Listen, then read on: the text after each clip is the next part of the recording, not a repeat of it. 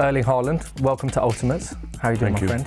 All good, thank you. You good? Right, so you've had an amazing first Premier League season. Premier League champion, you scored worldy goals, you've broken records, it's all happening for you. Here in front of you are 8 of your best and most memorable Premier League goals, as voted for by Man City fans, and it's your role to choose your one ultimate.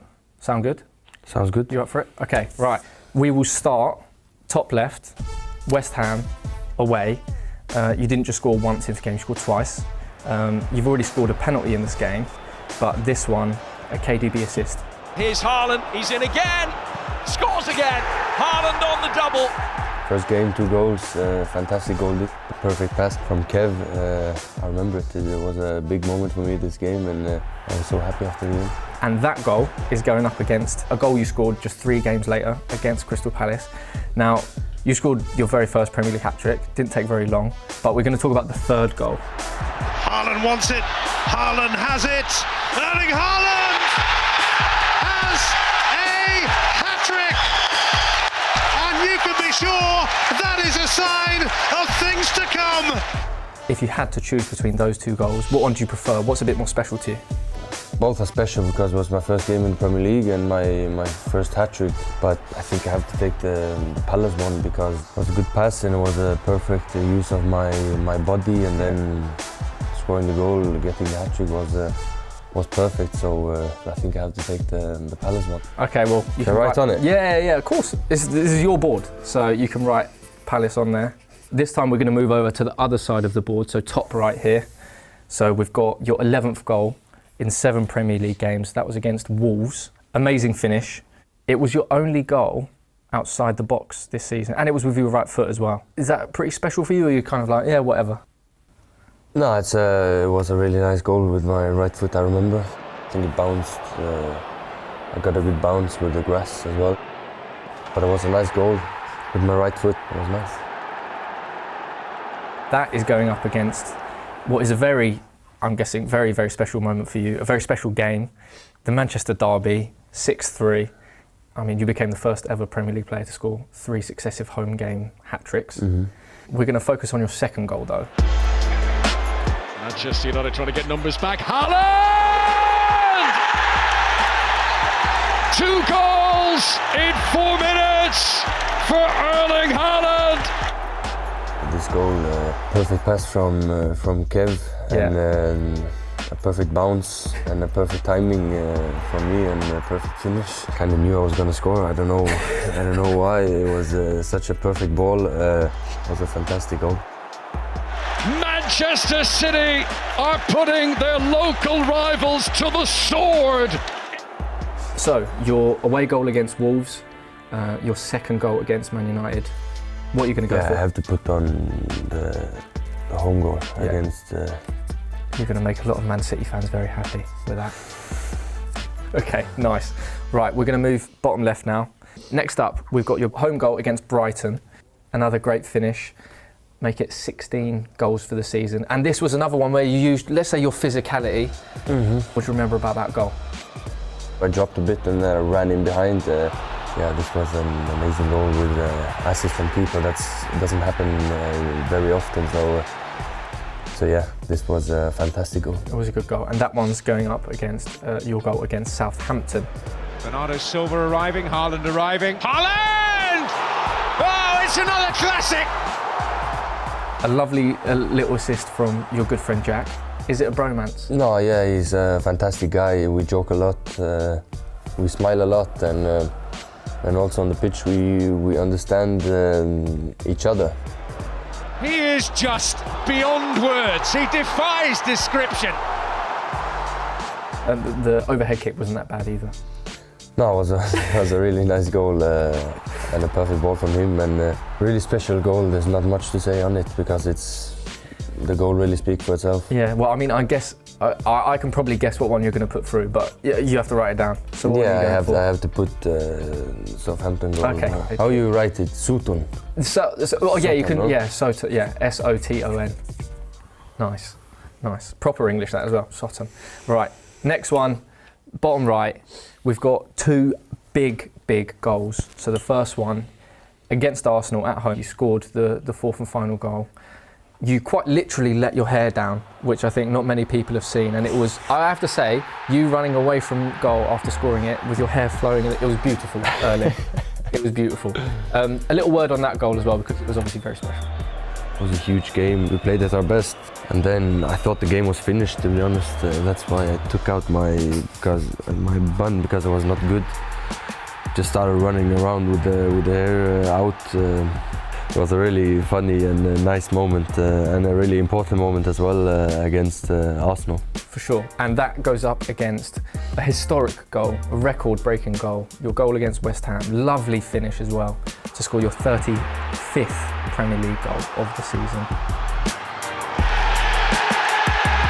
Erling Haaland keeps doing what Erling Haaland does, breaking defences, breaking records. If you had to choose between them, what one are you picking? Difficult because I really like the goal with the hair out, but the West Ham goal is a record-breaking goal, yeah. And really nice chip. And also, funny thing is my first goal against West Ham in Premier League I scored against them, and then record-breaking as well. So it was a nice coincidence that, but I think I have to take West Ham honestly, okay. because of the. It's the record breaker. Because of the occasion. Yeah. Okay, so we've talked about the goals now. We've got our semi-finalists. So now the Palace goal is going up against Southampton. What one are you going with? Yeah, I'm going for I have to go with the Southampton goal. It's without doubt the best goal, the bicycle. So yeah, I have to take the Southampton one. Yeah. Right, we've got the Man United goal against the West Ham goal. So a very special Manchester derby and the record-breaking Premier League goal. What one are you going for? It's tough, I think. Yeah, I go for the derby because it's such a nice goal, and if you watch it, it's even better. Yeah, you've rewatched that a lot, haven't you? Yeah, I've been watching it a couple of times. Yeah. As we move on to the final now, Erling Haaland, you're a record breaker, but now it's up to you to choose your one ultimate Premier League goal. Southampton overhead kick against the Man United strike. What one are you choosing? It's difficult because the occasion with the derby as well, you know, hat-trick, winning home 6-3, yeah. You know, it's a really special occasion. But again, the Southampton goal is so nice as well, you know, hanging there in the air a bit. So I think I have to go with that one. And it's with your boy Jack as well. Yeah, let's have Southampton. Yeah, come on. I feel like Jack would be disappointed if you didn't choose that, because it was a nice little moment for you two. It's a nice goal. It was a nice goal. So Southampton, Erling Haaland, that is your ultimate Premier League goal. Thank you so much, mate. Appreciate it. Thank you, mate. Thank you.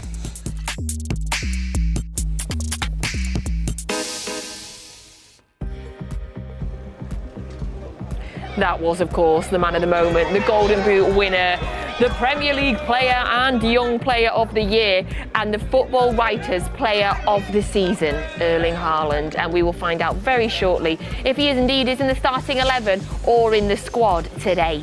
So hello and welcome to the final day of the Premier League season for the champions. It will never get old. There is plenty to play today for Brentford as they look to make European qualification. And for our City players, they'll be looking to stake their claim to a place in the League Two in the two huge finals to come. Of course, we'll also be looking to maintain a fantastic last game record, winning in 8 of the last 9 seasons, including the last 6 in a row. Our last defeat was at home to Norwich in the 2012-2013 campaign. And you can see the team is arriving there. We've got some birthday boys in the team as well today, 3 of them, Foden, Walker and Stones, all celebrating birthdays today.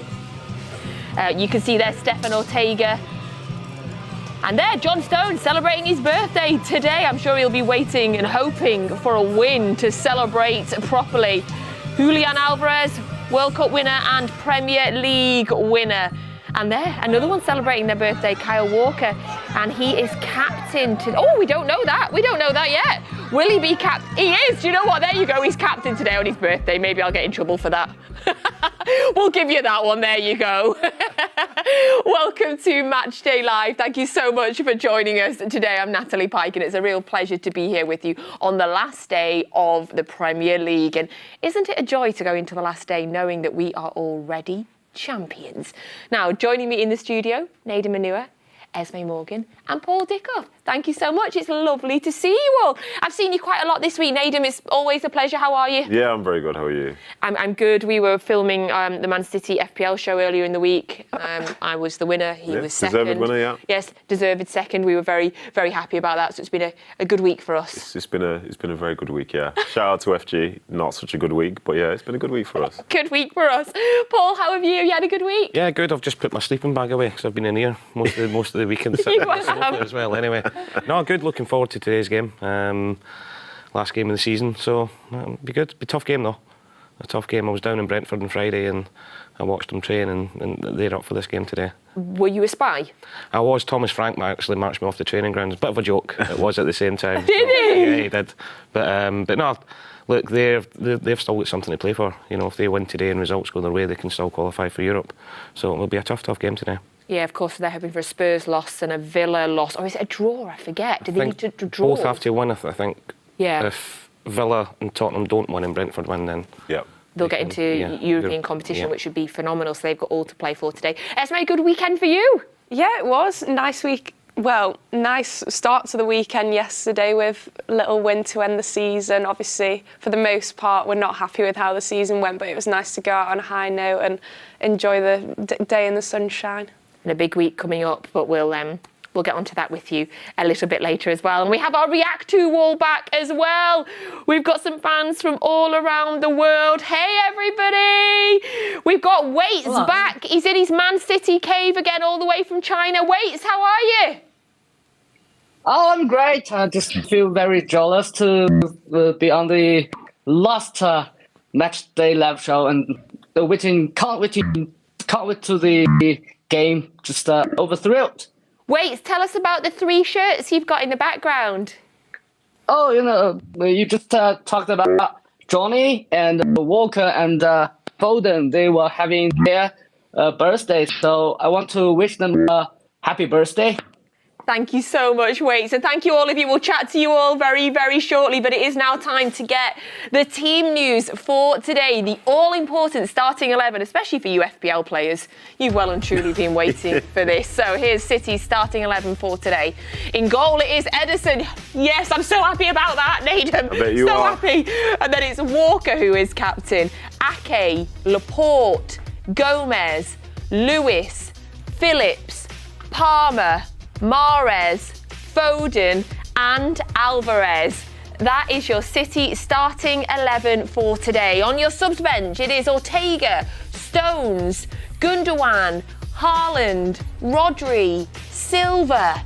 And then we've got Shea Charles, Alex Robertson and Ben Knight. 3 of our academy players make the bench today. That is City's starting 11 and bench for today. So, get some instant reaction from our guest. Paul, what do you make of that starting 11? Yeah, strong as always. Good to see Nathan Ake back after being out for a few weeks.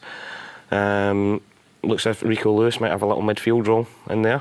And Phil Foden possibly in as a number 10, do you think, in the midfield with it as well. So, no, look, really good attacking team again, and good to see the young kids on the bench, and more importantly for me, John Stones on the bench after him hobbling off the other night there, because when we were watching the game, I think every City fan, I'm thinking, hope he's all right, because it didn't look good the way he sat down, but to see him on the bench, he's obviously fit, so yeah, strong as always. Thrilled to see Nathan Ake back as well. What phenomenal season he's had, like you say. In terms of that defence, Esme, do you agree with Paul? Do you think it's going to be Rico Lewis that's pushing up, playing into more of a midfield role? I think he'll already be starting in midfield, to be fair. I thought it was interesting that it appears we've got 3 left-sided defenders. That's not something you see very often. Or left-footed defender, I suppose. But I suppose there we've got Ake playing on the right-hand side, but I think Gomez will probably be starting in midfield from the very beginning, which he did against Chelsea, and I thought he played really, really well, and I liked seeing him in there with Phillips, who I suppose has come under a little bit of criticism this season, but I thought he actually played really, really well in that game, which was happy for me to see because I really think he's a great player and I was excited when he came into the club, so I'm hopeful he can have a bigger role next season. So you thinking more of a back three then, with Gomez and Rico playing further up? I think Gomez might sort of push inside into that midfield and have Walker, Ake and Laporte kind of swinging round in a back three, maybe with Lewis slightly higher, but yeah, I can see that. I love how it's the last game of the Premier League and we're still guessing on how they're going to play. And I've still never got it right. Do you want to have a go, Nedum? Go on, Nedum. See if you can get the defence right today. Is it possible that... I don't have a clue. I don't know. I was going to try and do something profound there. Anything's possible. I don't have a clue because, say, like Rico could push to right back and, say, Walker could be more of a centre-back within it. But then it depends. If they've got the ball, it'll probably be like a 3 at the back, the way they have been doing. And you can see like Walker, you can see Ake and Laporte doing a great job with that.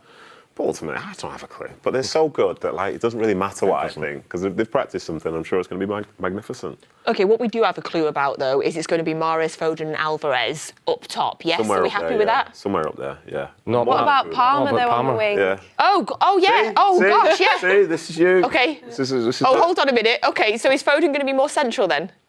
I reckon so, because it's a similar team to Chelsea, isn't it? And Palmer was on the left-hand side with Foden floating about in midfield, so I feel like he will be inside. OK, Paul? I'm in Nedum, I don't know. I don't have a clue. To get it done. Sometimes you just got to just hold your hands up and say, I don't know. Exactly. I think it was Palmer, Alvarez. I think Esme's right. Mahrez and then Phil in the middle of the park. Yes. Yeah. So you think, as soon as you think you know something, then you see another player and you think, no, we've got to fit them in as well. In terms of Phil Foden, though, Nedum, it's great to see him back. I mean, in the last couple of games in particular, I think his form has been excellent, and I imagine he's giving Pep a right headache now, thinking about the games coming up. I mean, this was a great goal from him as well, great teamwork from Haaland, but you must be so happy to see Phil Foden. Absolutely delighted. He's still the golden boy for me. You know, it's great that Haaland's done what he's done, and other players have had great seasons, but that's Phil Foden. He's someone where you see him on the field, you've got a real sense of hope and belief that something good can happen. You know, he's one of the best players in the world still, and even though he's had a sort of like broken up second half of the season, he's still such a special talent. Delighted that he's playing for Man City, delighted to see him in this team. And who knows, like, with 2 games left in the season after today, he's got to be asking the question, can Phil play, should Phil play? And what a spot to be in where you know, like, for the manager, I don't think there's a wrong decision. You know, if you pick him or if you don't, if someone's playing ahead of him, it's because they've been magnificent. But then if Phil's playing, it's because he's magnificent. So it's a great spot to be in, and it's good that, as I say, it's just a local boy as well. I think, as you say there, it's been stop-start at times this season, isn't it? He's been in and out operations at 15 goals. Yeah, he's got it's low-key 22 season, starts or something like that. It's His just best scoring season in the Premier League ever. Yeah, so he's wild, yeah. I'm a unit him. He's special. I think if Phil's fit and flying, I think they've got to find a way to put him in the team. So hopefully he gets another good 90 minutes under his belt today, and then go into the semi-big one next weekend, and then the big one in a couple of weeks. And I think we could see Phil in the starting lineup. Stomach just jumped as soon as you said that again, Paul. Like, I need to just concentrate on today, otherwise I'm just going to end up with a sick feeling for the whole show. But it is, I mean, in terms of Phil's form in the last few games, Esme, I mean, he's definitely going to be giving Pep a headache. If we're thinking about how good that starting 11 was against Real and he wasn't in it, well, wow, I don't even know what you do. Well, that's it. I think you look at that team, and that team was established in all of the big games, Bayern Munich, at Liverpool. That was the squad that was put out, and you kind of looked at it and thought, nah, that's not going to change. But as you say, with Phil's form that he's been in recently, there's got to be an argument there that he is knocking on the door, and how desperate would he be to play in an FA Cup final against United at Wembley? He'd be hammering on Pep's door saying, please play me. But as you say, I think he's been so brilliant recently that there's definitely an argument. Maybe you squeeze him in on the right-hand side instead of Bernardo Silva, but then there's such a balance because Bernardo offers so much out of possession that it really is like anyone's a great option. It's impossible to choose. Yeah, and he likes playing against Brentford. We're just seeing there, he scored 2 goals against Brentford previously. De Bruyne and Mahrez have scored 1 goal against Brentford, the only current City players to have scored against them. Brentford do have a good record against us. In terms of other players in that starting 11 today, it's great to see Cole Palmer as well. I think he's, in the last few games when he's had a chance to start, Paul, he's really reminded us of obviously what a great talent that he is. He's a super talent, and you know, he's getting a little run, whether it being off the bench or in the team as well. He's looking a lot more confident the last few games as well. And I think sometimes, like Nedum will tell you when you're a young kid coming through, it takes a little while for you to believe that you belong in that team. And I think the last sort of 6 weeks or so, when we've seen Cole come on or starting, I think he actually believes that he's part of it now. Because before that, you're that happy to be in there that you're in awe of what's around you a little bit. And it takes a while for that to happen, to have that belief, to think, you know, I belong in this first team squad, I belong in the first team. But it looks as if he actually believes that now. Yeah, and I love that shot of Cole and Phil standing talking together. Just a nice reminder, Nedum, you know, 2 of our academy graduates, always lovely to see. Yeah, exactly. Like, that's one thing about City. They've got so much talent everywhere, and so much of it's still coming through the academy pipeline as well. I think that's something that's key, that sort of sets the identity of the football club. And yeah, I'm with you. Like, Cole's potentially a really good player, and it is tough sometimes to get yourself established in and around the first team, but you've got to continue doing the right things, otherwise the opportunity wouldn't be there. I think it's very easy for people to be pulled to the side and just not make it back into the side, but the fact that he's being selected shows that Pep does trust him, you know, and that's a big pat on the back for him. And talk about something from my experience, his season doesn't finish, say, this week, next week or the week after. He's got European Championships as well, so he's going to be trying to put himself into a right spot whereby first he gets selected for it, and then secondly, when he goes, he's in a good moment so that he can try and win that tournament for England. Oh, lovely. Oh, yeah. A couple of tournaments happening this summer, Esme. Fingers crossed. Right, we're going to bring in our React to wall now. We've got our fans from all over the world. Everybody well? Give us a wave. Now, we've got a special face down in the middle there. It's Nedum's FPL coach. We've got Oshin joining us today. Ask him where he is. Ask him where he is, please, and ask him where he lives and where he is on planet Earth at any particular time. Oshin, where are you on planet Earth right now? Currently, I'm in Greece.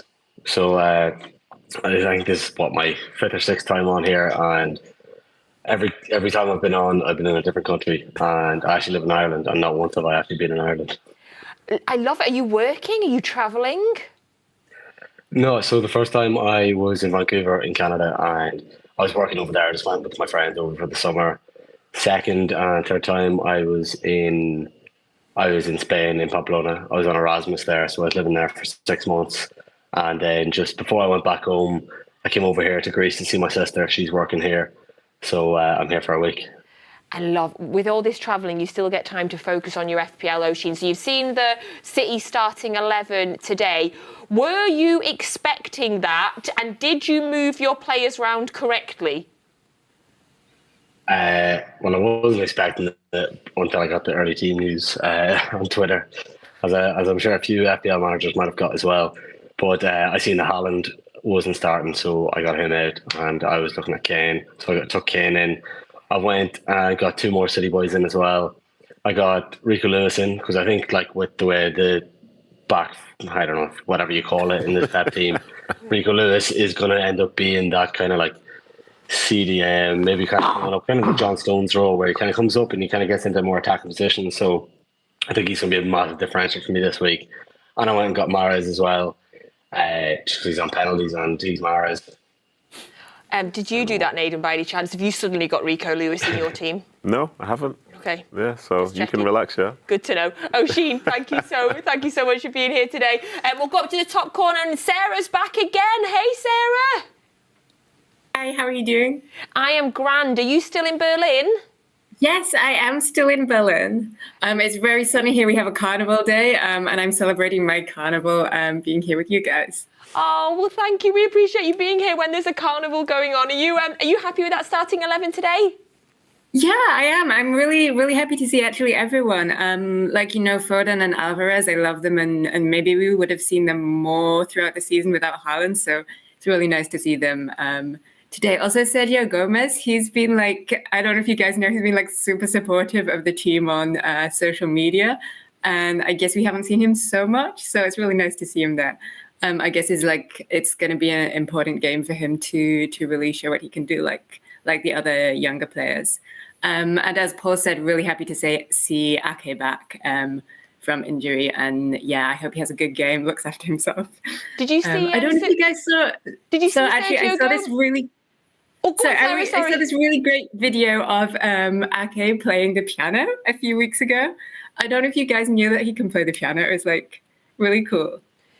We did. We used the video and we used the sound of him playing the piano over a few different things that we've done. So yes, very talented man. Lovely to see you, Sarah. Speak to you soon. Yeah, thank you. Right, we'll move across to Liz. Hey, Liz. I think you're the only person on the wall today that's in England. That's possible. No, that could be true. It's a pleasure to be, surrounded by so many City legends on your sofa. Yes, very kind. Look at them all smiling away. I'm not sure I can put myself in that category. Listen, when they say it, just stay silent. I'll take it. Yes. Can we have future Esme? You come future? Yeah, I'll take that. Future, love that. And Liz, what do you make of the starting 11 today? Were you predicting that in any way? In my FPL, no. The less said about that, the better. I've got Stones and Haaland, so that's gone down the toilet. I think it's a lot better. That is a much better starting 11 than we had at Brighton the other day when we only had 2 defenders on it, just against one of the best teams. It just didn't work at all. I was pretty peeved after that game. But this is a lot better. This is a proper balance. There's really good balance in the team. I'm very happy. I agree with Esme. I'm very happy to see Calvin Phillips in the team. I think he has not had really a fair crack at the whip this season. And I'm very happy to see Cole Palmer, and I'm hoping that next season will be a massive breakthrough for him. That's what I'm hoping for. Yeah, I totally agree. I think we're all really hoping that for Cole. He's been around the edges for a little while now, but to see him getting some starts is great. Well, lovely to see you, Liz. Liz is down in London, so if we go across again, then Waits is in his Man City cave all the way in China. Waits, what time is it, by the way, in China? It's 20 to 43. Oh, my goodness. 20 to 44 now. My goodness, Waits, you are hardcore staying up for this game. How are you feeling about the game? Are you thinking City might win, or is it going to be a tough game? You were talking about FPL. I played since the 15-16, and back then, that time, Premier League has an app for the Fantasy Premier League. And for the last season, I always saved the best for the last game, and I tripled Haaland. But you know. Oh no! Oh wait! Oh goodness me! No. It's not for everyone, that game. It's not for everyone, isn't that right, Oisin? I wonder. Not for everyone. Hold on, I'm going to go back to Oisin. Oisin might be able to help us here. Oisin, if it's triple captain Haaland and Haaland doesn't play, where does the triple go? Well, I'll go to his vice captain, but if he didn't know that Haaland was starting, I don't know who he's going to have that on. Okay, right, hold on, Oisin. We're going to go back to Waits. Waits, who is your vice captain? Gondo. Yeah. Oh no! Oh no! Waits! No! Yeah, it's Gondo. Life goes on, eh? It's not for everyone. Feeling for you. For the actual game, I was very glad to say that Calvin in the lineup, because here in China we have a thing about City player who has their second year at City. So when they first come to City, they didn't perform very well. But we wish that, and we proved that a player who has the second year at City will play better than last season. So from this point of view, I think Calvin will play better next season and help us defend the Champions League trophy, I think. I hope. Wait! Oh, gosh! Did you see everybody move on the sofa there? But you know what, Waits? You've got Spencer in your corner. Spencer in New York. Spencer, your fist pump in the air. You liked that? Yeah. You know what? Let's manifest this. Let's manifest it. I'll say it. Treble. I'll say it. Treble. Oh, Spencer. Let's manifest it. Let's put it out into the world. Let's make it happen. Oh, I it, Spencer. Spencer and Waits are going for it. Liz is looking like she's about to have a breakdown at the talk of a treble. And Oisin and Sarah are like, no, it's okay, we're all right, maybe we'll do this. I feel like I'm a Sarah and an Oisin here. Spencer, you're in New York today. How are you? Is it, excuse me, forgive me, is it Amity Hall? Amity Hall, you got it right. Oh, we just lost his... Oh, you... Oh. No, you're back. He's back. You're back. Oh. Let's take the AirPods out. Yes, we got you. All right. So, we're here at Amity Hall. And as I said on Wednesday, Paul's been here before, as have a few others. Nedum, I know you played and lived in Colorado, but next time you're back in the States, you got to come over. And you as well, Esme, Natalie, of course, same. Okay. We appreciate that. We would love to come. Now, Spencer, tell us about, I heard a rumour about some brilliant charity work that you've been doing, and I'd love you to just quickly tell us about that, if that's okay. Sure. Well, the New York Sky Blues, who are the oldest supporters club for Man City in, I think, both North and South America, we're a registered nonprofit organization, and so far this season, I'm very proud to say that we've raised over $20,000 for charity, and that puts our total to over $120,000. And one quick thing, Paul was very kind enough a few years ago to be part of a live stream event in which we raised over $30,000 for 3 incredible organizations, including City and the Community. And so I just have to say, on behalf of all of us here in New York, Paul, you're a legend on and off the pitch, and you always have a home with us whenever you're stateside. No, thank you, Spencer. It was a great initiative as well. During lockdown, wasn't it? Yep, it was on Father's Day as well. Yeah, the fact that it was in lockdown and managed to raise over $30,000 was sensational. But well done to you, mate, for sorting it all out. Oh, thank you, mate. Appreciate it. Appreciate you. Congratulations, Spencer. So is it over $120,000 overall your supporters club has done now? Yeah, in our 15 seasons, that's about right, yeah. We became a registered nonprofit through the U.S. government in 2019, I believe. Absolutely wonderful. Thank you so much. I love, football is so much more than just a game on a pitch as well, isn't it? It's such a community, and to hear it do so much more, I love it. Thank you to everybody on the React 2 wall. Germany, England, China, America, Greece. Oh, we are worldwide today on our React 2 wall. Right, if you would like to contact us from wherever you are in the world, you are very welcome to do so as well. You can use our WhatsApp number that is on your screen now. Get your questions in. Ask our guests anything you want. I'll try and get through as many as I can very, very shortly. But before that, let's give you the starting 11 for Brentford today. Okay, so here is your Brentford starting 11 for today's game. So in goal, it is Raya, Hickey, Jorgensen, Pinnock, me, Henry, Janelt, Onyeka, Damsgaard, Mbeumo, and Visser. And that is the starting 11 for Brentford for today. Now, we've got a little bit somewhat of a Brentford expert on the sofas today, so we're going to go straight over to Mr. Paul Dickov. Paul, what does that Brentford starting 11 tell you? Yeah, they'll be set up to be very tough to beat. They'll play a lot on set plays. Even the game here at the Etihad before Christmas when they won, everything was surrounded around second balls, set plays. Wouldn't surprise me, Raya, whenever they get free kicks, even if it's round the halfway line, even sometimes in our half, he'll come forward and take it. They'll put the centre halves up there. They'll look to win the first, second contact and then pick up the balls after that, and causes a lot of problems. They're a big team. Got some really good players. Visa's come in today, very quick, and Mbeumo's very quick. Ben Mee will be looking, obviously, ex-City as well, just won the Player of the Year down there. But it's such a good club.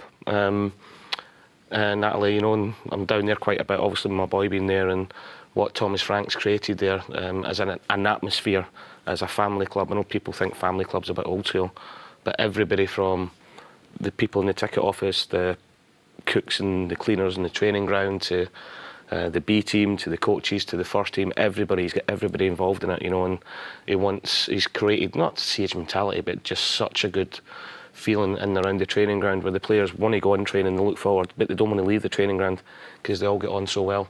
And you know, Esme and Nedum will tell you that goes such a long way. And when you've got good players within that, you can see why they could possibly finish in Europe this season. You know, he's done a remarkable job, and he's got everybody, not just the players, everybody in the football club buying into what he wants to do. Yeah, you can see it there with them just, you know, in waiting there to come out onto the pitch, the team spirit that they've got, and that's obviously evident in how well they've been doing. Did you spot anything in training then? That's set pieces, long throws. I'm not, no disrespect to them, but anything in and around 30, 40 yards out, they'll be putting the ball in the box. And as I said, looking to put up second balls. They're a very, very fit team as well, you know, and which sometimes they can leave themselves a bit open and back. You'll see in corners that sometimes attacking corners, they put everybody up, everybody in and around the box. There'll no defenders at the halfway line, so that they play the percentage side in it and hope that it's reward versus the risk of doing it, but it can leave them open sometimes. It's a great stadium as well. I was lucky enough to work there last year for the Women's Euros, Esme. It's a lovely little stadium. You're walking through, and then all of a sudden there's a stadium there, and they've got an incredible home record this season. They've only been beaten twice at home this season. That was by Arsenal and by Newcastle. So it's going to be a really tough day. You know, they have made themselves a little fortress down there. Yeah, it's a lovely stadium. I actually played there with England in the last international camp, and the pitch was stunning. It was so nice to play on.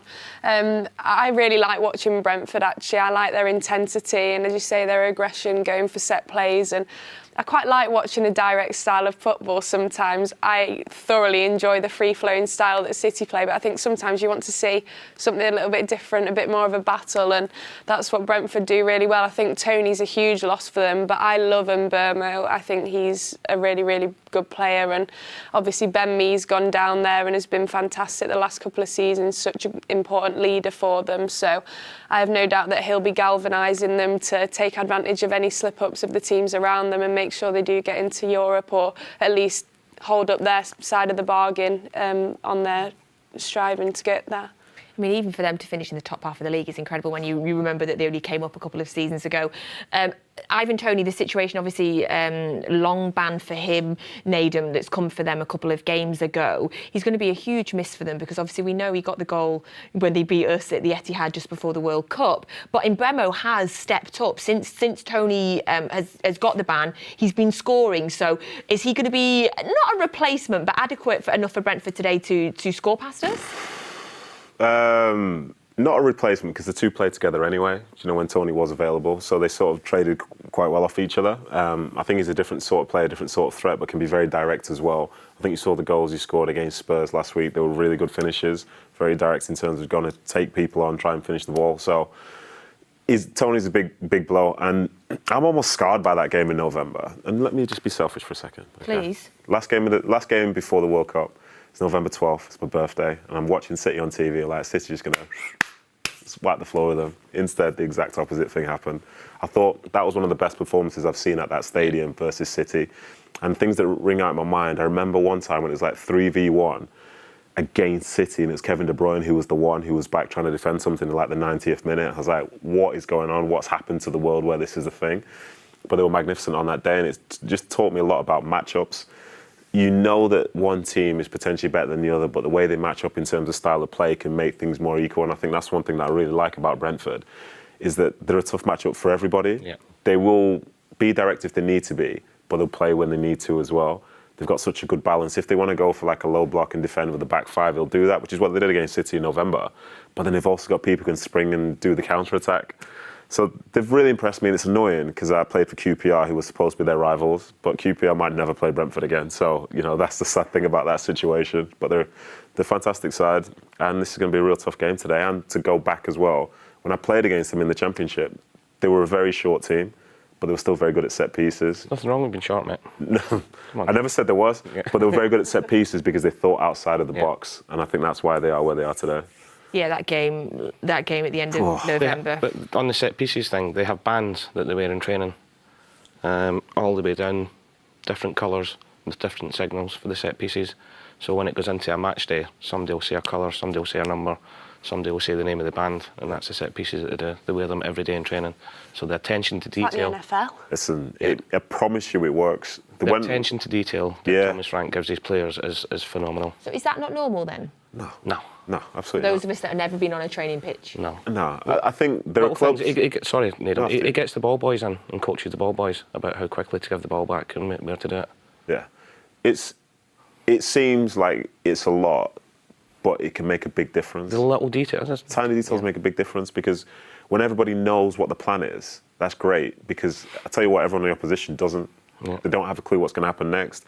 You're like defending, you're sensing like something's going on, but you have no idea what it is. But when one person who's supposed to be doing something doesn't do their actual job, everybody has to buy into it. Exactly, and that's what he's got. Exactly, and that's the skill of itself. Because most people do set pieces at the end of the training session. Half of them aren't bothered, so you go through the motions, and then when the game comes, someone just puts their hand up in the air, and that left hand means it's going that way. Yeah, going near post or far post or whatever. Exactly, but the complexity makes it more difficult to sort of defend against. Oh, I love that, Paul Dickov. Thank you so much. It does make me laugh. I don't know if you've ever seen it when you're watching kids football and one of the kids puts their arms up and you're like, that doesn't mean you've just seen someone do that. There's no routine for that signal. Match of the day the night before, isn't it? They've definitely seen someone do that. Thank you. See, that is a wonderful insight you get here on Matchday Live. Now, it's awards season at the minute. Of course, it was recently announced that Erling Haaland became the first ever player to win the Young Player and the Premier League Player of the Year. Phenomenal success for him. Obviously, he's already won the Football Writers Award as well. But honestly, I feel like he's not bothered about those awards, because as soon as he heard that we were doing our own awards, the Matchday Live Awards, then he wants to win that. So we have our own awards, and they have been judged by the three guests here. So the first one, Best Player. So we'll go to Esme first. Esme, you are giving your Best Player award this year to Kevin De Bruyne. Talk us through that. I just think at the absolute biggest moments, he has stepped up. You look at the 2 Arsenal games, which were pivotal in us winning the Premier League, probably when you look back. He's been there, as we're about to see or I don't know if everyone else can see, we can see De Bruyne's equaliser in the semi-final. Just brilliant. When we need him, I think you go into the second leg at 1-0 down, and I mean, the narrative largely was probably that Real Madrid might manage to find a way, as they often do anyway. But I think 1-0 down into the second leg is such a different prospect than De Bruyne getting that leveller there, and all of a sudden we come in to the home game at the Etihad level. I think that was such an important goal. And as I say, the 2 Arsenal games, he stepped up, scored the opening goals, and just set us off in those games for controlling dominant performance, which, as results in themselves, they're important, but I think psychologically to batter Arsenal in both of those games as they did was huge as well, for them sort of falling off a bit towards the end of the season. Love that. Well, yeah. That's our Arsenal. I love that. Yes. Yeah, I'm convinced, to be honest, Esme. I almost forgotten that Erling Haaland existed there, but you've both gone for Haaland. Nedum, what do you think? Yeah, it's tough when a guy breaks records the way that he's done. It's tough to just like skip over it, and we can nitpick and say, well, he didn't score in this game, didn't score in that game, but he scored a lot of goals in a lot of other games as well. And I think as well, there's an element to his play which goes unnoticed, I believe, because you can see the moments here, like when he scores his goal against Arsenal. You know, it's huge. In fact, he scored in both games against Arsenal as well, but we won't get into that. But not the opening goal, though. But we won't get into that. But because of his presence, it's created more space for other players. Because ultimately, the teams that are playing against Man City cannot ignore the 6'4" Norwegian at the back post. So people like Gundogan, De Bruyne and the like, they can put themselves into other areas where they know the way that they'll be covered will be a bit different. Yeah, he's 22 years of age, and he's at 52 goals so far this season, and he's got a chance to help City, you know, potentially win 3 trophies. It's not a bad introduction, especially given the fact that most people thought after the Community Shield game that he was going to be a flop and someone else over. Not most people. I think people down the M62 thought that. No, because it's more than just them. It's more than just them. You know what I mean? The expectation was, oh, you're coming from the Bundesliga, you're young, it's not going to work out. Well, at least 52 reasons why that's not the case, and throw in probably 10 assists as well. And he's carrying so many individual awards. And to be fair, for whatever we're doing now, the big thing is when you see the Players Awards, when they decide who... Players. Yeah, the Players player. And I wouldn't be surprised if they went towards Haaland again. Okay, right. Well, let's go to our React To wall. We'll give them a say as well. We've got 5 awards that we're going to give out, and we've got 5 people, or 4 currently, on the React To wall. Spencer, going to give you the final say on the Matchday Live Player of the Season award. I mean, it has to be Haaland, right? I mean, he's been so vital to our club, you know, and he just has the drive, and just the goal scoring has been unbelievable. It's been night and day since the last few years when we were playing false 9. But I do want to give a shout out to Rodri. He would have my vote, if not for best player of the season, then most vital player of this season. I think he's the glue that keeps us all together, keeps the squad together, and someone playing in that position never gets their due. So I just want to give Rodri a big shout out. Lovely, love that. Thank you so much to Spencer in New York. Right, our next award is our Young Player of the Year award. I don't think we set any strict age criteria on this. Do you want me to explain why I picked him, or if you heard that already? I think we've heard that already. Is he young enough for you? Well, he's just won the Premier League Young Player, hasn't he? This is our awards, though. Yeah, otherwise, I'd give it to Rico. Okay, so if we said 20 and younger, would you... Then who's involved then? Is it just Rico? Yeah, probably. Okay, so it's the Rico award then. Yeah, Rico Lewis, a credit to him. You know, he wasn't really that close to the first team at the start of the season, but then I remember him scoring in the Champions League. That was a great moment for him. And then come after the World Cup, when you're thinking, well, this is it now for City, he came into the side and he was at the expense of other people like Kyle Walker, like João Cancelo and people. And he stepped up and he played well. He spent a bit of time outside the side, but he still continued to work hard. And it's great to see someone coming through the academy again that's that young, that's still having an impact and still being trusted in so many big moments. I think it's how he's adapted to moving into that midfield role. It just shows his football intelligence. And I think Pep admitted himself that he hadn't really seen a lot of him. Yeah. I don't think he'd seen him play before he went away pre-season. And he impressed him that much that he wanted to sort of fast-track him into the first-team squad. And whether it's been right-back, he's played at left-back some games, but for a young player, for a full-back especially, and nothing against full-backs and defenders. No, that's right. But what Esme does that. Yeah, I'm waiting to see what's coming. No, to go into that midfield role. Yeah. And have the awareness to see everything that's around you. Because, look, I've never played full-back, but I would like to imagine if you're used to playing full-back, you're only looking one way. A lot of the times you're only going one way. And to do that role that he does, his football intelligence is, you need eyes in the back of your head, you need the confidence to do it. And the biggest thing for me is, of top young players, it's getting the acceptance of the first-team players around you, you know, and first-team players look at Rico in tight situations and they give him the ball because they trust him, and that's huge for me. And he's been absolutely sensational, and to think he's only, 18 years old, where his career could go after this. And, you know, Nedum said before about Kyle Walker not being in the team, and you know, maybe a big thing about letting João Cancelo go as well was because Rico Lewis was there as well, because the management and the players trust him that much. Yeah, an unbelievable breakout season for Rico Lewis. Right, let's go to our React To wall. Right, we're going to come to Liz and give you the final say on this, Liz. Are you classing Haaland as the young player, or are you going for Rico Lewis or someone else?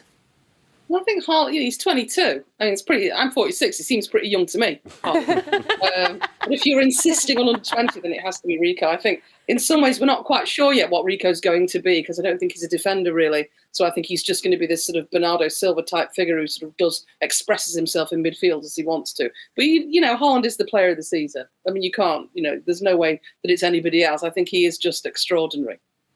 Yes, I agree. I've been saying for a while he's going to win every single award he's up for. So, yes. OK, so we've got Haaland and Haaland. So for the next one in our Matchday Live Awards is Best Signing. OK, let's have a look at this. So, Paul, you've gone for Manu Akanji. Only because I thought Haaland would win every single other one that's on there.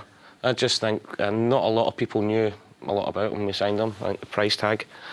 And for him to come in and play the way he's played, and you know, he's played right back, he's played centre half, he's played left back, he has moved into midfield a couple of times. I just think he's been sensational, and you know, to be part of this squad, you need to be adaptable, and he's shown that. He loves defending, You know, whenever he's one-on-one, he wants to go in there, and that's a bit of a rarity. Nathan Ake's the same as well. Yeah. Ruben Diaz is the same. You know, first and foremost, defenders now want to play out for the back and want to look good in the ball. You get the feeling that with Akanji that he wants to defend first and foremost, and keeping clean sheets means everything to him. And as I said, to come in and to have Laporte around you, Diaz around you, and John Stones around you, Nathan Ake, but to probably a lot of the time being one of the first names in the team sheet says how good he's been this season. Did you take into consideration as well what a bargain he was? Yeah, for? I know the price tag, it's just ridiculous. But then that goes down to City's recruitment team again, you know, fantastic. I love the rumour that I heard that Manchester United had looked at him. This makes me laugh. Makes me laugh when I hear they looked at someone that we got that was then absolutely fantastic. Right, go to our React to wall. O'Sheen, who is the best signing of the season? Well, I think the obvious one is Erling, but we'll try and spice it up a bit with this here. So I'd go with Kanji as well with Paul. Like, I just think like what he's done for this defence this season, like he's came in, he's played on left centre back, central centre back, and a right centre back, and he's done every job perfectly in big games, small games, everything. I think he's been. Well, Diaz was out with an injury for a while, so I'd almost put him up there with our most reliable centre back this year. And like with the price tag that he came in with, it wasn't that big, so I don't think people expected too much of him until you just get a few games, and maybe it would be a similar thing with most of the signings that we make where it is a second season where he starts to play well. But I think the fact that he has hit the ground running just shows how intelligent he is, like even with the videos of him doing all this here, mental arithmetic and all this here, like I think he is just a very intelligent player. Love it. OK, thank you, O'Sheen. We've gone for Akanji as Matchday Live's best signing of the season. Our next award is for the best game of the season. And, we've got 3 different choices. I love that. Right, I'm going to go to Esme first because I agree with you, Esme. Why did you do Madrid at home? Whoa, that's preferential treatment. You can't just say that. I agree with you, so you go first. I can, Nedum, yeah. All right, come on, then. I just loved that game. That was one of my favourite games that I've ever watched, being a City fan. What a historical moment, like smashing Real Madrid, like walking them off the pitch. It's just ridiculous. I think it was made even better by a lot of the narrative for me beforehand. I felt like people were almost trying to doubt City and say, oh, well, Real Madrid always find a way, so no matter if City are 2-3-0 up, it'll never be finished. But I think you kind of felt from the first 5 minutes that we were going to win that game. We were so dominant.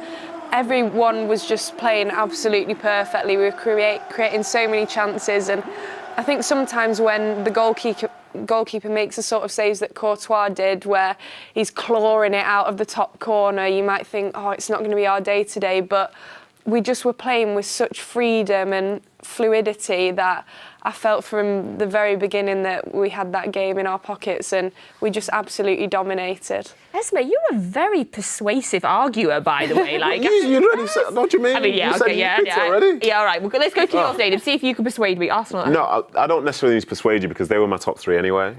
And I did send a message to the producer sitting on the fence, picking all 3. Oh, he's done that for. He's done that for. Okay.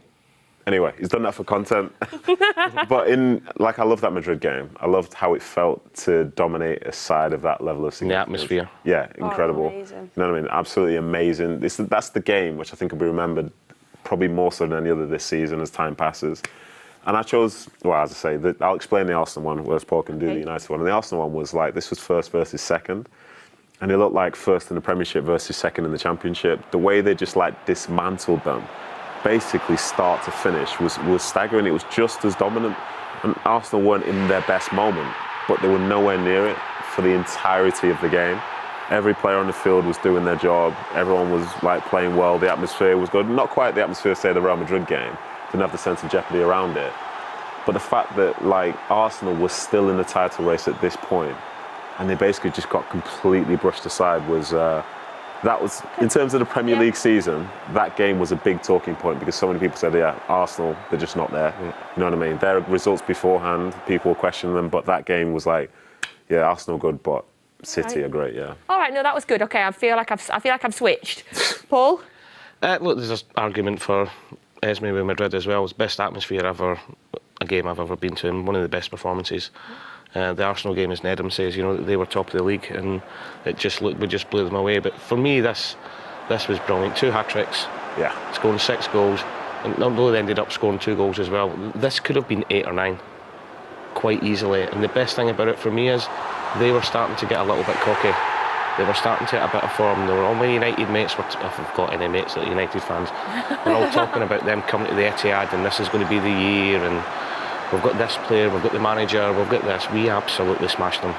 And the reason I've done it was just purely personal thing, because I called every single... I was in Norway watching the game in the trophy tour, and I called every single United fan I knew that night. Not one of them picked up the phone, and I kept calling them until they did. And it was, from a personal point of view, it was brilliant. Phil Foden scoring a hat-trick in the derby, Erling scoring a hat-trick when they were all talking about Martinez, Varane, can Haaland play up against them? Just absolutely smashed them, and it was brilliant. So. Oh yeah, no, I don't know which one to pick now, because the personal vendetta part of that for me, Paul, I can totally feel the way that I smugly looked at people that I knew that were United fans. Yes, and the fact that it was the hat tricks is, this is tough. Okay, we're going to go to the react to wall. I'm sorry, Sarah, I'm coming to you. The most difficult one. You're going to get the final say. Game of the season. I feel like this is a bit of a persuasive speaking contest. I mean, you guys all made really good points. I agree with them all. I also got told to try and be interesting, so I'm just going to give a shout out before I don't be interesting to the Dortmund game very long ago, for the only reason that I met my supporters club committee and started that there. And for me, that was like a really special moment, actually. But going back to the games, I'm with Esme, actually. I think Real Madrid was the home game was incredible for so many reasons. Vengeance was a little bit there from last season, I'll be honest. It was also just a really great game. And I think, so many people have been talking Real Madrid has this charm or something. At the last minute, they're always going to win. And we just showed that's not the case. And we are such a strong team now. And I think that was really great. Okay. And I can't wait for Istanbul. Love that, Sarah. And also, by the way, Sarah, while you were talking, I was definitely concentrating, but I did get slightly distracted because Spencer's brought a dog into the shot. What? A dog in a City kit. Can we quickly ask Spencer? Spencer, what's the dog's name? It's Wilson. Wilson's right here. He's our mascot here in New York. Oh my goodness, Wilson is adorable. This is what I imagined when they did the April Fool's prank on me about a City dog. That is what we need at the club. Oh, I agree. We need a Wilson in Manchester as well. And in Wilson in a kit, a very good dog kit there as well. Oh, I love that. Welcome, Wilson. I hope you're our lucky charm today as well. Very well behaved, Very Wilson. Well behaved, isn't he? Brilliant. Love that. Right, our last point. It's the standout moment of the season. Wilson's just popped up as trying to steal that moment there. Standout moment of the season. We'll go round each of you. We'll whiz round a little bit this time, Paul. Yeah, I went Haaland's ridiculous goal at the Etihad against Dortmund. Not just because the ball from Cancelo, the finish was just ridiculous. I think he was the only player, not just in the pitch but in Europe, that could have brought that up. But at the timing of the goal and previous Champions League campaigns, in the really, really tight games, we've missed a lot of chances. And Erling Haaland was brought in to put the chances away, and I think he showed in this game why we brought him to the club. He'd scored a load of goals before that, but just something out the ordinary, something a bit different, something that can change games. One chance, one goal, and the finish is just... I keep saying it, I would have dislocated my hips if I'd even thought about trying to do that. There are so few human beings in the world, to be able to contort your body in that way, you literally have to be a gymnast. Now, gymnasts aren't anticipating the flight of a ball like Haaland can, so and the amount of humans who could do that is just... City fans that I know after that game, they started believing they could win the Champions League this year. Because of him? Because of that little bit of the difference that he can give us. Yeah, I'm with you. Love that. OK, Esme, you've got a tough one to follow there. What have you gone for? Mine was a toss-up, to be honest, with Nedum's Derby Day hat-tricks, because who doesn't love a Derby win, especially with goals from our sort of lifelong Blues in the team. But I did go for KDB's opener. I'd like a little brackets S plural on there, please, because as I mentioned before in my speech for De Bruyne. No. Don't be pushing this now. Well, do I choose the away one or the home one then? You take your pick. Right. Might lose your votes this, so take your pick. Choose I'm wisely. going to go for the home one because I felt like that was the really decisive fixture, if you had to choose one of the two in the title race, I think it was when we completely destroyed any sort of belief and hope that Arsenal had of pulling back the title. And yeah, just look at the crowd. I think you saw what it meant, and that kind of kick-started the atmosphere on that day. And he just has such a presence in the big games, De Bruyne. He just steps up, and I think he goes into those matches with this belief and confidence that he will take the team on his back and drag us to victory if needed. Now, we didn't, because obviously other players popped up with goals on that occasion, but I just think he has a knack of setting us off in these important moments and putting us in with some momentum. Esme Morgan, you're a future captain, by the way. I'm going to if you could talk me into anything, I feel like I'm going to follow you. Prime Minister. Right? I was just thinking, vote Esme there. Yes, right. That's tough to follow, Nedum, but I feel like, you might have an advantage here. All I would say is just think about Manchester derbies, think about how many hat-tricks you've seen from a blue perspective, then think about when you've last had 2 in the same game, to where you're asking a referee for a ball, but 1 ball is not enough, so you have to get the spare. Like, that is a moment you probably won't see again in your lifetime. Like, City might score 6 again, it's possible. But for 2 players to end up with hat-tricks is truly staggering, especially when one of them, is Phil Foden of the academy, and the other guy is, like, as Esme said, like, essentially a lifelong City fan. 2 City fans pounding Manchester United early in the season. It is the stuff of dreams. Yes, magnificent, absolutely magnificent. So I can't normalise that. I can't normalise 2 players walking off the pitch holding the ball together, because it's just not.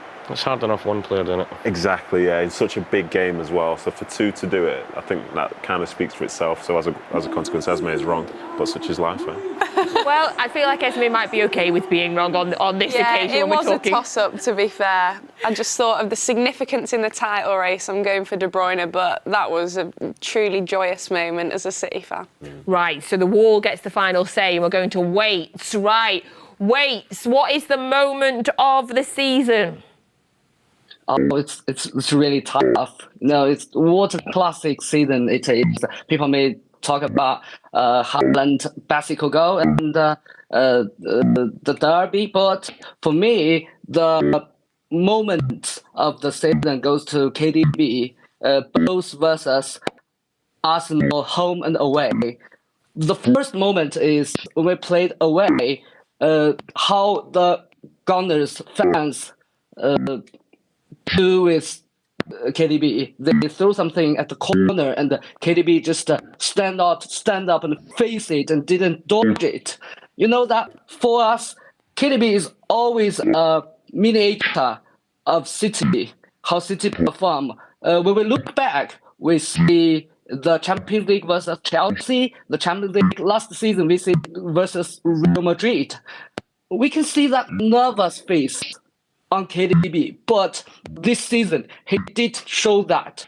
What a game changer when he played home versus Arsenal. He scored the goal. So I think these 2 standout moments for KDB just leave a very impressive impression on me, and that's our omen. That it can lead us to win the Champions League trophy. We desire it. We really desired it. And by the way, the last thing I want to say is that I see Esme there, and I chose you as the player of the season for MCWFC. Hold on a second. This isn't the Esme Morgan show. No. Cut the tape. No. Pull the plug. We're not here for this. We're here for this. No.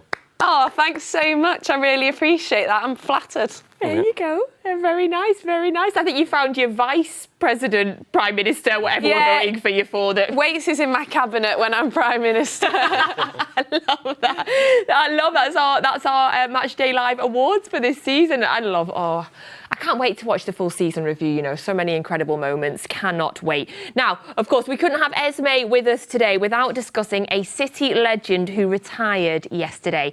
Izzy Christiansen ended her playing career at the Academy Stadium, where City beat her Everton 3-0. We did get a chance to speak to her. Here's her thoughts after the game. OK, well, Izzy, first of all, a massive congratulations on an incredible career. What are your feelings right now? Honestly, I'm just so happy. I feel like it's been the perfect ending at this absolutely fantastic club.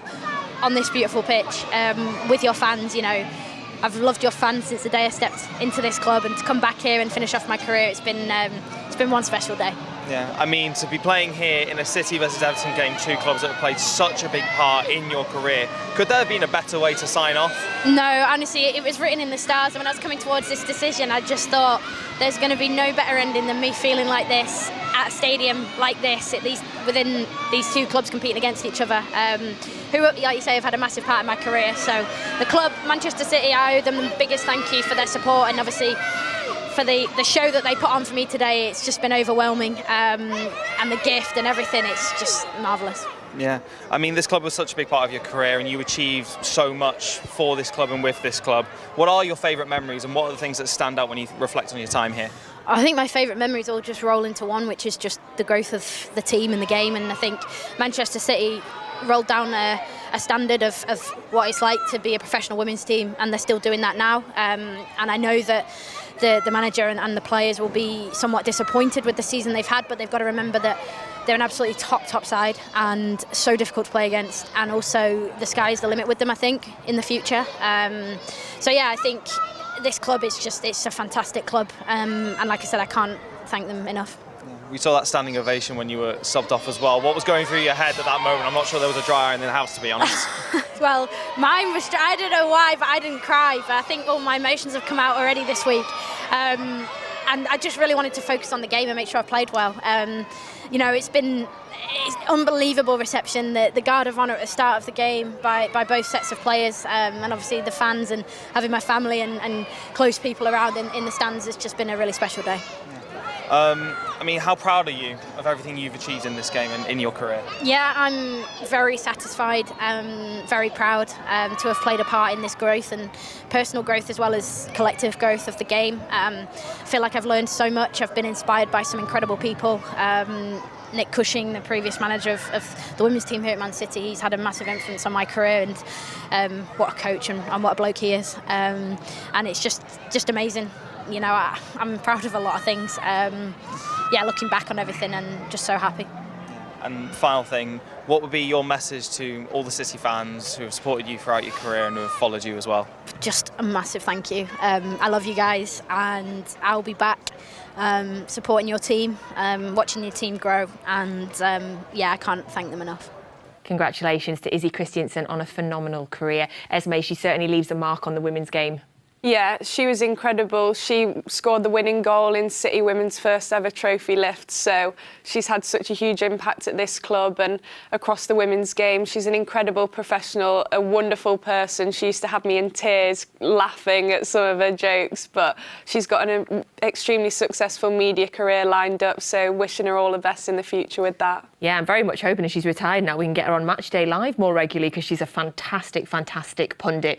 Now, as you can see, the teams are in the tunnel. So we're going to do a quick score prediction from everybody. We're going to get our fans back on the React To wall. Now, because we're running out of time, everybody, we need to do what we did last time. Score predictions on our fingers. So, right hand is Brentford. Left hand is City. So, let's do our score predictions. Right, Spencer's going 2-1 to... No way. No one said nil. No way did you say 0-0. No way.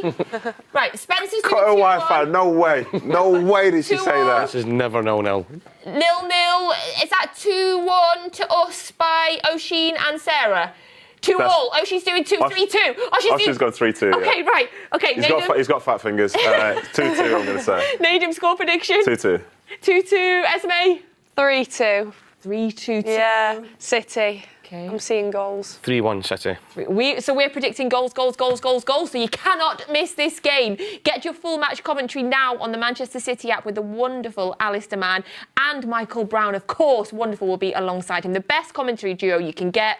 Listen to that now, full match commentary. We will all be back at half-time with you, and of course at full-time as well for the final Premier League game of the season. Paul, Esme, Nedum, thank you as always for joining us today on Matchday Live, and thank you wherever you are around the world for your company. We'll see you at half-time. Thank you, Natalie. The Champions Victory Tour has now moved to West London, and following the draw at Brighton and the win against Chelsea last Sunday, The Blues now face a Brentford side who are the only one that City haven't beaten so far this season. They've won against every other opponent they've faced, including in the Champions League. So today would complete a full house, a week on from their official Premier League coronation. In reality, this is their final opportunity to prepare for the two massive June finals.